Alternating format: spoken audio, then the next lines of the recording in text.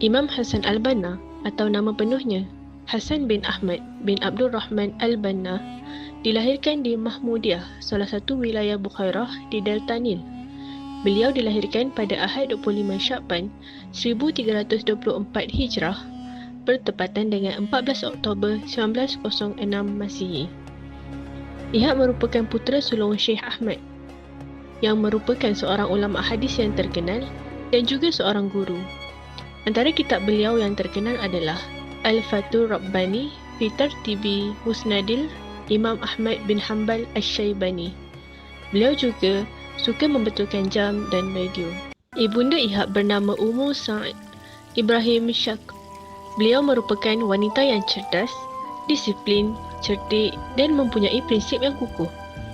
Beliau juga merupakan seorang ibu yang sangat prihatin terhadap pendidikan anak-anaknya, terutama Imam Hassan Al-Banna. Beliau sanggup menggadaikan seluruh perhiasannya untuk membiayai persekolahan Ihab. Ihab merupakan anak pertama dari 8 orang adik-beradik. Adik beliau yang pertama, Abdul Rahman, merupakan pengasas organisasi Al-Hadarah Al-Islamiyah di Kairo. Organisasi ini bergabung dengan Ikhwanul Muslimin setelah Ihab berpindah ke Kairo. Adik kedua beliau, Fatimah, adalah isteri kepada Ustaz Abdul Hakim Abidin, salah seorang tokoh terkemuka Ikhwan. Masa kecil Ihab dihiasi dengan Al-Quran. Beliau telah menghafaz Al-Quran sejak usia 7 tahun dan menyempurnakan hafalannya di sekolah diniyah Ar-Rasyad. Sedari kecil, Ihab sangat lantang dalam perjuangan Islam. Beliau sibuk melakukan amal ma'ruf nahi mungkar serta mengajak orang kembali kepada Allah.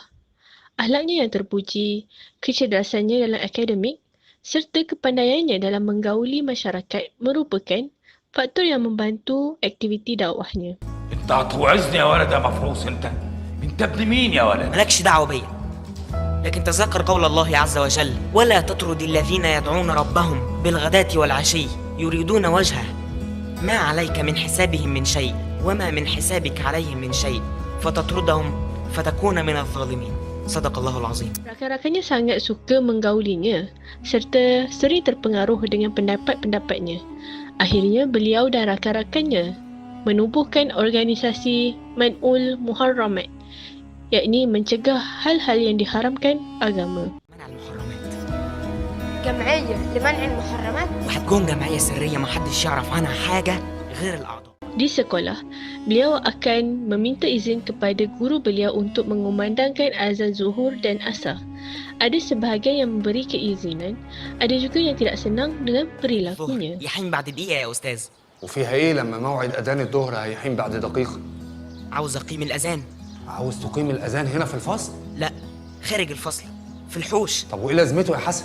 إن الأذان إعلان للناس بموعد الصلاة. انت كده بتهدر الوقت. اقعد. قلت اقعد وقت الحصه. لا طاعة لمخلوق في معصية الخالق. لا حول ولا قوه الا بالله. انت كمان طلعتنا من العصاه. يا ابني انت تلميذ مش مؤذن. لا طاعة لمخلوق في معصية الخالق. كده؟ طب اخرج بره الفصل وما ترجعش لاخر الحصه.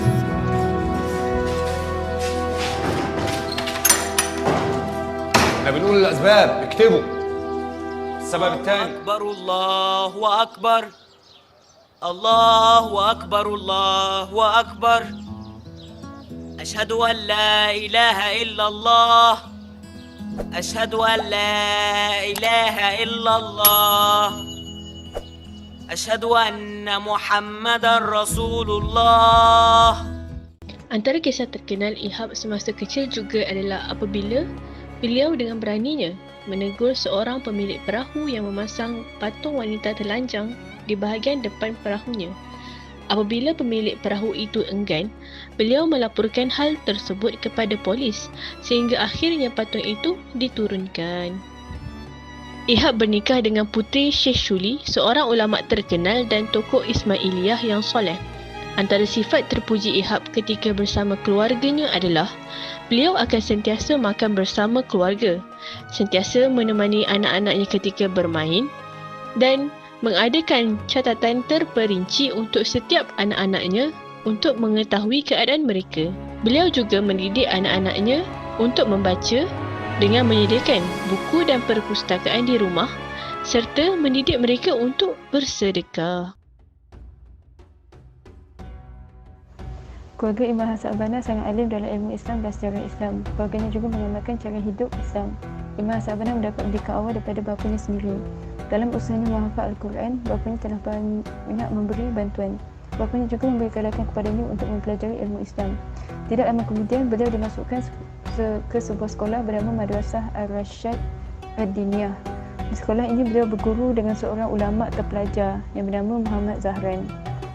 Apabila pengurusan sekolah tersebut bertukar tangan dan pengasasnya iaitu Syekh Muhammad Zahran membuat kerja lain, maka Imam Hassan Al-Banna pun berpindah ke sekolah lain yang bernama Madrasah Al-Adiyah.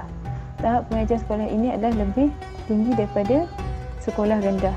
Kerajaan masih menghapuskan sistem pengajian sekolah Al-Adiyah yang menyerahkannya kepada Kementerian Pelajaran. Kini cuma ada 2 pilihan saja bagi Hassan Al-Banna. Salah satu daripada pilihan itu ialah memasuki Ma'had Idini, iaitu sebuah pusat pengajian yang berhubung terus dengan Universiti Al-Azhar.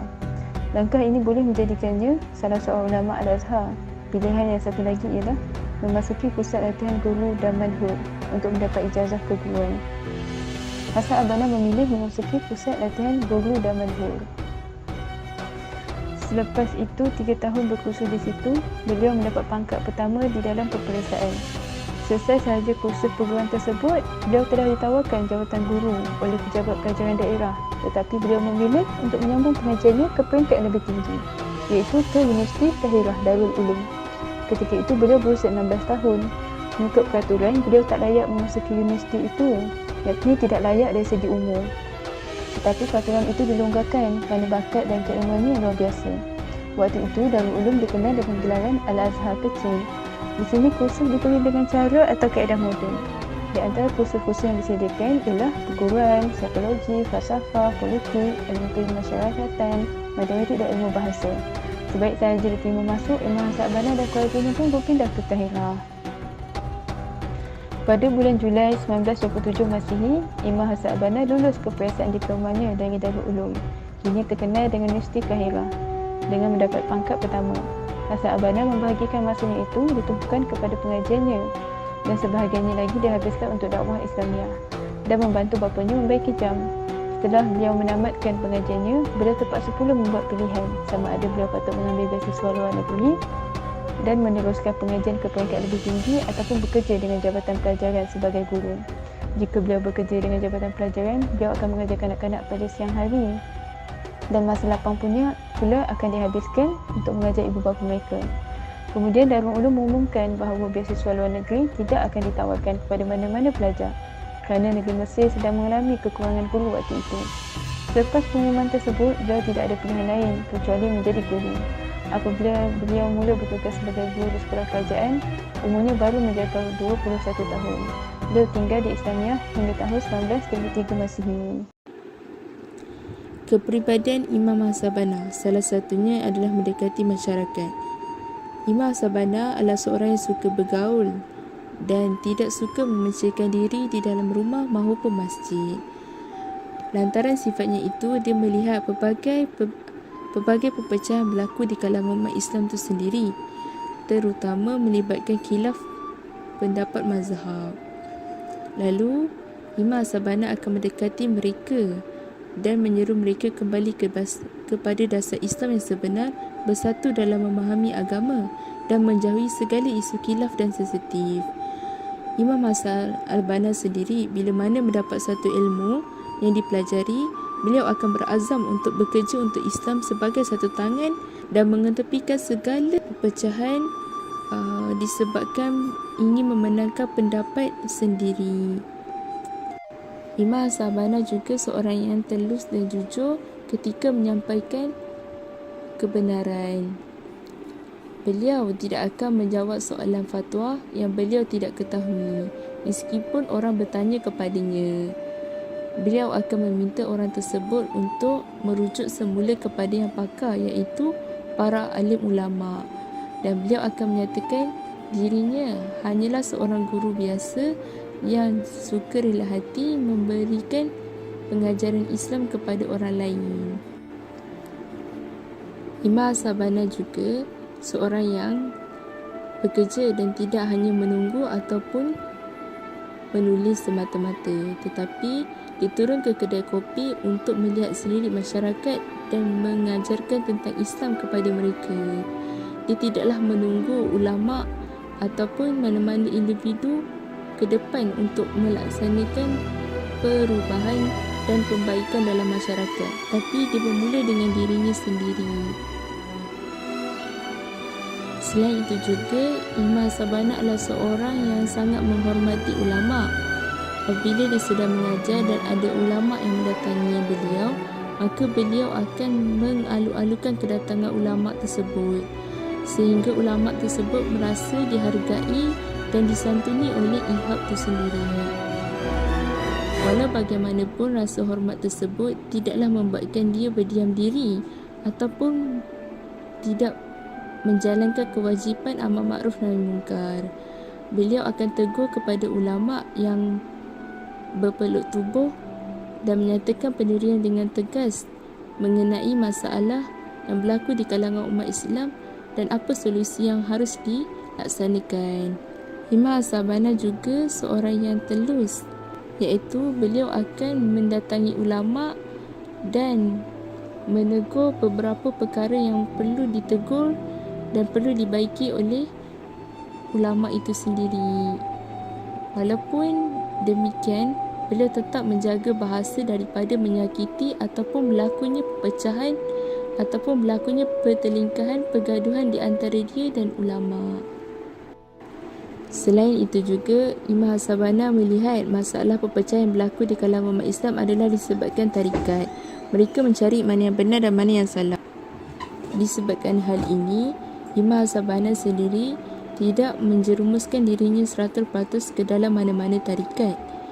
Dia terus fokus dalam perkembangan ilmu, tarbiyah dan jihad, bukanlah untuk mengejar populariti ataupun angka. Sebab baginya, Islam tidak terhad kepada sesuatu kelompok dan dia perlulah dicapai oleh semua kelompok. Inilah antara contoh kepribadian da'i, iaitu Imam Sabana tu sendiri yang boleh kita ambil. Dan terdapat banyak lagi kepribadian da'i daripada ihab ni sendiri yang kita boleh contohi. Pada 12 Februari 1949, Imam Hasan al-Banna syahid ditembak oleh beberapa orang lelaki yang tidak dikenali. Ia merupakan satu konspirasi pembunuhan yang dirancang. Beberapa bulan sebelum kejadian, gerakan Ikhwanul Muslimin yang diasaskan oleh Syahid Hasan al-Banna telah diharamkan oleh kerajaan Mesir. Pada hari kejadian, jam 5 petang, Hasan al-Banna bersama iparnya Abdul Karim Mansur berada di Pejabat Persatuan Syubbanul Muslimin untuk berbincang bagi meredakan situasi gawat yang berlaku di antara pihak kerajaan dengan pihak gerakan Ikhwanul Muslimin. Perancangan musuh terbukti apabila jalan yang biasanya sibuk itu menjadi lengang. Lampu-lampu jalan dipadamkan, semua kedai dan juga restoran ditutup dan tidak ada kenderaan yang dibenarkan melalui jalan berkenaan kecuali sebuah teksi yang kerap berulang-alik di situ. Oleh kerana tiada kenderaan lain, Imam al-Banna menahan teksi berkenaan untuk pulang ke rumahnya. Tanpa disangka, sebaik saja teksi berkenaan berhenti di hadapan beliau, tubuh beliau terus dirobek oleh peluru-peluru yang dimuntahkan oleh senjata pemandu teksi berkenaan. Walaupun dalam keadaan cedera parah, al-Banna sempat mengingati nombor plate kereta tersebut dan beritahu kepada temannya Abdul Karim Mansur. Bagi menyempurnakan lakonan konspirasi ini, Imam Hasan al-Banna dibawa ke Hospital Al-Qasrul Aini. Di hospital berkenaan, beliau ditinggalkan bersendirian tanpa diberi rawatan kecemasan hinggalah beliau menghembuskan nafas yang terakhir kerana kehilangan banyak darah. Pada jam 1 pagi, pihak polis menyampaikan berita kematian kepada ayah Hasan al-Banna dengan dua pilihan. Yang pertama, pihak polis akan menghantar jenazah ke rumahnya untuk beliau menjalankan urusan pengebumian pada jam 9 pagi esoknya tanpa sebarang perhimpunan. Yang kedua, pihak polis sendiri akan bawa jenazah beliau daripada hospital ke kubur tanpa ayahnya melihat jenazah anaknya itu. Ayah Hasan al-Banna menerima pilihan yang pertama. Sebelum fajar menyingsing, jenazah Asy-Syahid dibawa ke rumahnya dengan sebuah kereta yang dikawal rapi oleh polis yang lengkap bersenjata. Di sekitar rumahnya juga terdapat polis dan juga tentera berkawal dengan rapi. Mereka tidak membenarkan sesiapa pun menghampiri kawasan tersebut. jenazah Al-Syahid dibawa masuk dalam rumahnya secara tidak ada orang yang melihatnya. Pihak polis juga tidak membenarkan urusan pengebumian dilakukan oleh orang luar. Maka ayah Hasan Al-Banna, Syekh Ahmad Abdul Rahman yang sudah berusia 90 tahun itu menguruskan jenazah Hasan Al-Banna dengan penuh kesabaran, memandikan dan mengkafankan serta mengusungnya. Beliau dengan 3 orang perempuan terpaksa mengusung anaknya itu menuju ke masjid untuk disembahyangkan. Kemudian mereka meneruskan pengusungan menuju ke perkuburan untuk disemadikan jenazah Al-Syahid. Walaupun Al-Banna telah pergi menemui Ilahi, namun fikiran dan juga kedok kerjanya masih menjadi rujukan dan pegangan pejuang-pejuang dan harakat Islamiah sehingga ke hari ini. Walaupun jasa Al-Banna tiada, tetapi pemikirannya tetap segar dan terus diperjuangkan sehingga kini di serata dunia. Sekian, terima kasih.